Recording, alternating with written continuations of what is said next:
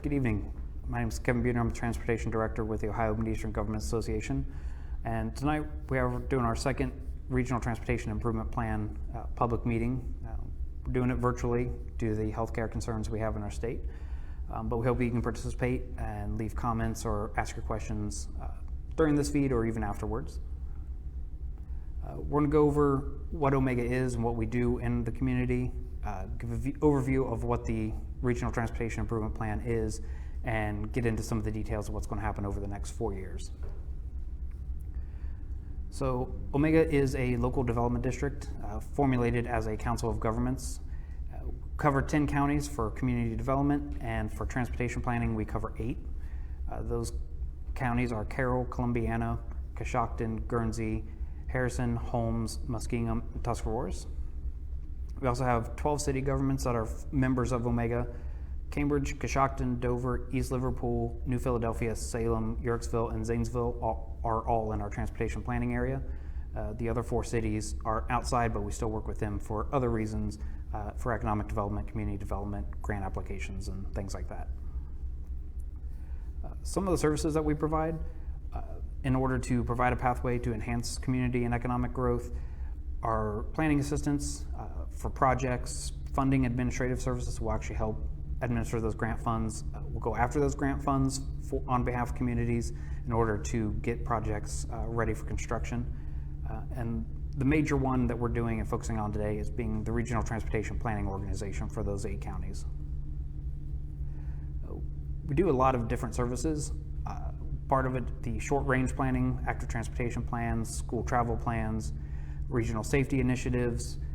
We also participate on behalf of the region on statewide planning initiatives, such as their statewide long-range plan. We also do things on a more regional nature, so we cross those county boundaries and we do the long-range transportation plan that looks out the next 25 years to see what kind of challenges we are going to have and how we can overcome those. We also do the short-range Regional Transportation Improvement Plan that covers the next 4 fiscal years, starting July 1st, 2020, and going all the way through June 30th of 2024. We also do some other things related to transit, and with some corridor planning for US 30 and the Columbus-Pittsburgh corridor that runs right through the middle of our region. Our current goals, and our number one goal, is to maintain and improve existing transportation systems.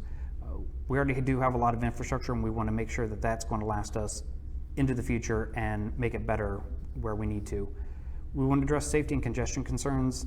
As our region grows, different areas are experiencing growth differently, and so we want to make sure that it's safe and efficient for all users. We improve quality of life for people in the region and facilitate economic and community development, public and private. We want to move forward together. The Regional Transportation Improvement Plan is part of the bigger statewide Transportation Improvement Plan. We are looking at projects that are going to happen in our 8 counties and put together a report that we give to the state, and they merge the entire state's different reports into one document and send that up to the federal government. And these include any projects that have any funding from the Federal Highway Administration or the Federal Transit Administration. So our partners in this effort are ODOT, the Ohio Department of Transportation, MPOs, the Metropolitan Planning Organizations in cities like Columbus and Cleveland, other rural transportation planning organizations such as us, and the local officials, the mayors and commissioners of our counties and cities. This plan that we're discussing tonight covers the state fiscal years of 2021 through 2024. They start July 1st of 2020 and go through the end of June 2024. All the projects that are currently programmed are available online. This link is live on the presentation, and we'll be sharing this out to everyone, but I recommend you go to omegadistrict.org/program/transportation/RTIP. There's an interactive map, so you can click in and get information about projects that are close to your home or close to your business. We can also have static maps so you can see what's going on across your entire county. And this is an opportunity to comment on ODOT's projects that they have programmed, and also look at locally initiated transportation projects that are initiated usually by the county or the city for the benefit of their citizens. Working our way through the process, we held a rural consultation period in the fall with our elected officials. They gave some feedback and offered comments on some of the projects, and we're able to make modifications to some of those projects so that it doesn't impact the communities as severely. We also began development of the actual plan, looking at what kind of different challenges are going to be in the region. We put together that draft at the end of February and turned that in to the state. We're now in the public involvement period, which once that's complete, we get all the comments and get those addressed, we'll turn this over to the state on May 1st, which they'll put it together, turn it into to the federal government, and that gets approved and they move forward with the projects. So delving into some of the details of what's happening over the next 4 years, we're looking at just shy of $400 million coming into the region for transportation projects. Of that total, a little over $281 million is coming from the federal government. Most of that is through the Federal Highway Administration, but some is through Federal Transit. 95 million, just about 95.5 million is coming from the state. 7.6 million is being matched from the local governments, that's their local contribution. And 14.5 million is from labor funds that are put together to make these projects go forward. And looking at each county gets a different piece of the pie. Counties with interstates typically have higher amounts of funding. For example, Guernsey and Tuscarawas have a little bit higher than some of their neighboring counties. Muskingum has a very large total in this funding cycle due to a large interstate project going through the city of Zanesville. That one project alone is almost $80 million. So if you strip that away, it would be more in line with some of their neighboring counties. Certain counties, such as Carroll and Holmes, that don't have a lot of 4-lane highways, typically see their totals be a little bit less. It's not that they're not important or anything, it's just the amount of pavement is less, so the cost of the projects typically are a little bit lower depending on what's going on. And this is a snapshot only for this 4 years. So 2 years from now, once some of the projects have been completed and we revisit this plan, these numbers will completely change and we'll have different totals. To break it down into percentages, again, Muskingum's taken the lion's share because of their large project in Zanesville, but otherwise, everyone's getting a fairly equitable share, somewhere between 8 and 10%. A couple counties are a little bit over and a couple counties are a little bit lower, but overall, it's a pretty well-distributed amount of funding throughout the region. Projected transit funding, these are currently what ODOT has is best guess. This is what's estimated that we're going to need over the next 4 years. It's approximately $10 million per year. Most of that is coming from the federal government, but about half is coming from the locals as well.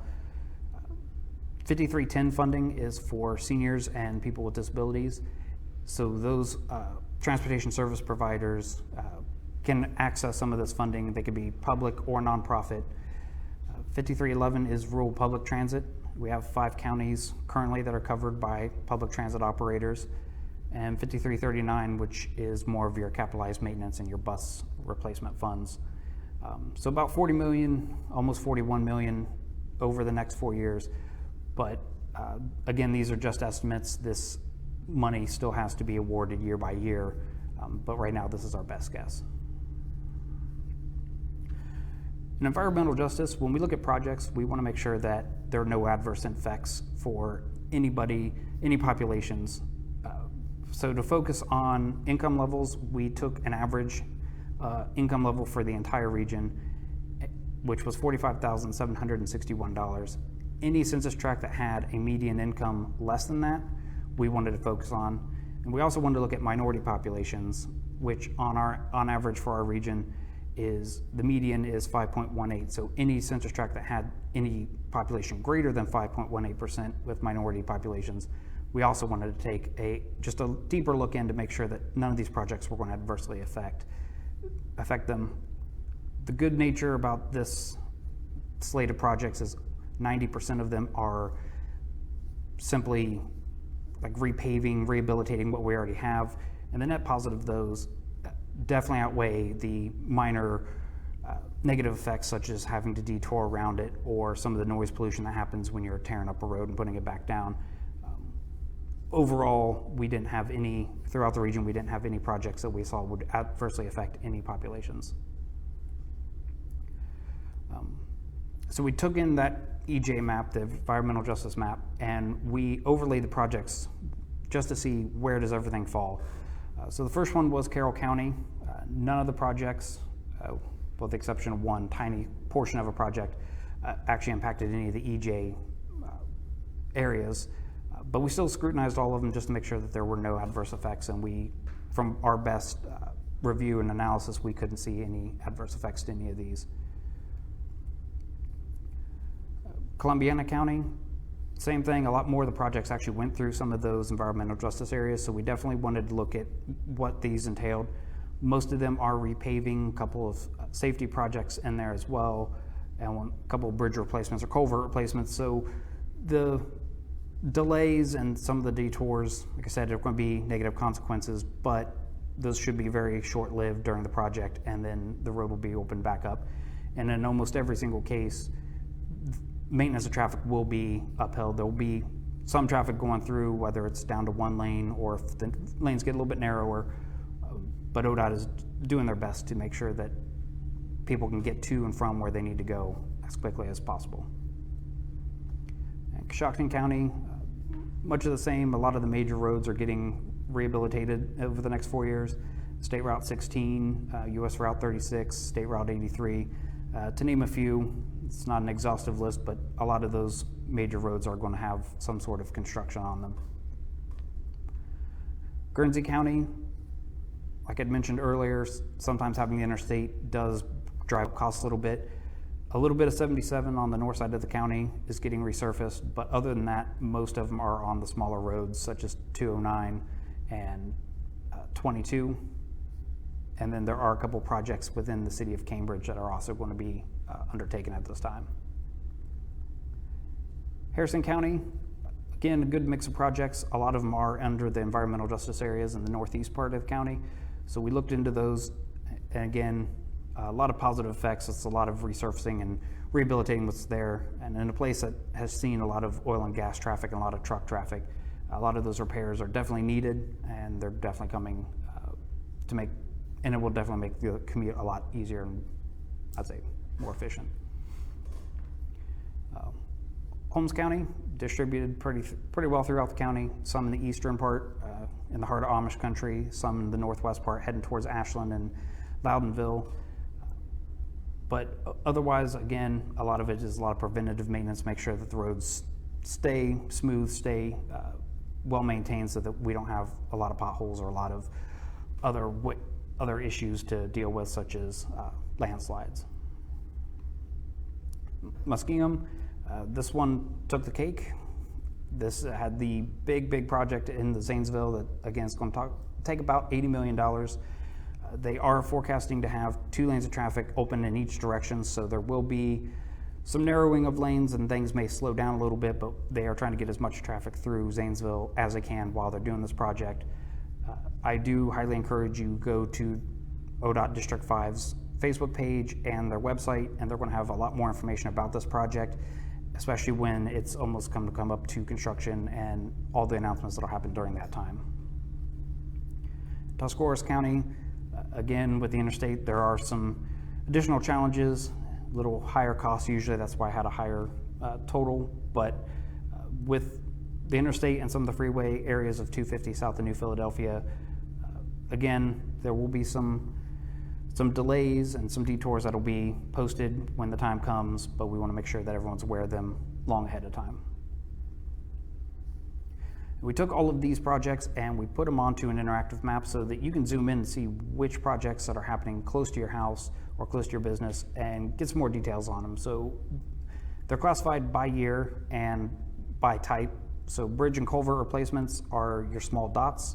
Your line segments are generally your longer repaving projects for those roads, could be guardrail projects. But if you click on any dot or any line, it will give you the year that it's supposed to go to construction, how much it's going to cost, and what kind of project it is, whether it's repaving or bridge replacement, culvert replacement.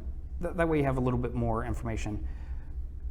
Once you look at that, if you do have more questions, we have even more details about all those projects. So feel free to give us a call or send us an email, and we can give you more information about these projects as they come up. So we are asking for comments through May 15th. They can be sent via postal service mail, or if you want to send us an email, our emails are here and they'll be on the website as well, or you can give us a phone call. But right now, if there's anyone online, we can ask for additional comments, or if there's anyone on Facebook, we can ask. I do have one question in the comments, and it is, are the changes that are planned within the city of Cambridge listed on the link that was shared earlier in the presentation? Yes, I'm gonna hijack this. If you go into if you zoom in into Cambridge on this one, if we go to that website, you could actually see which ones. So let me, bear with us, because this could be fun.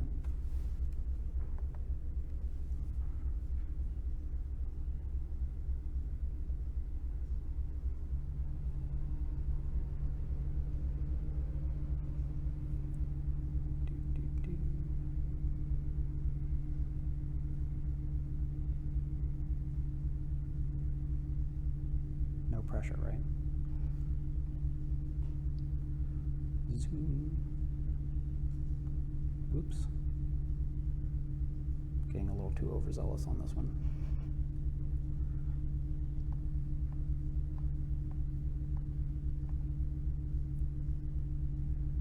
So for instance, once you're zoomed in, if you click one time, the one that I was referring to is Steubenville Avenue, which is just north of downtown, or part of the downtown of Cambridge. The PID number, which is the number that is assigned by ODOT to the project, just so they know what project we're talking about, is 106433. Project, that's the title. I'm sorry, we're not very imaginative, but ODOT creates these so they know what route it's on, what mile marker it's on, what county it falls in. It's also known as Steubenville Avenue, that's why it's in parentheses. Roadway major rehab, so this one, they're completely replacing most of Steubenville Avenue, the entire streetscape, sidewalks on either side. There'll be some signal replacements and or removals, depending on if they're warranted. The total price tag for that is over $4.1 million. And this one is supposed to go to construction in state fiscal year 2021, so it could happen as early as the summer or as late as this coming spring 2022. And then various other ones, while we're zoomed in, you'd be able to see bridge preservation on Southgate Parkway, south of downtown on State Route 209. It's coming in 2022, and that cost us about $10.5 million. And as these things get updated, we'll be able to update this map as well. As prices change and things get a little bit solidified. Some of these are currently estimates, but once you get closer to construction, they start locking in how much it's actually going to cost.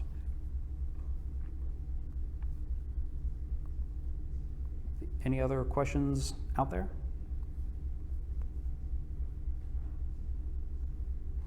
Well, if you do have questions, like we said, please feel free to send us an email, send us a phone call. We do check messages and we'll respond to the best of our ability. So just let us know what's out there. On that, thank you for attending.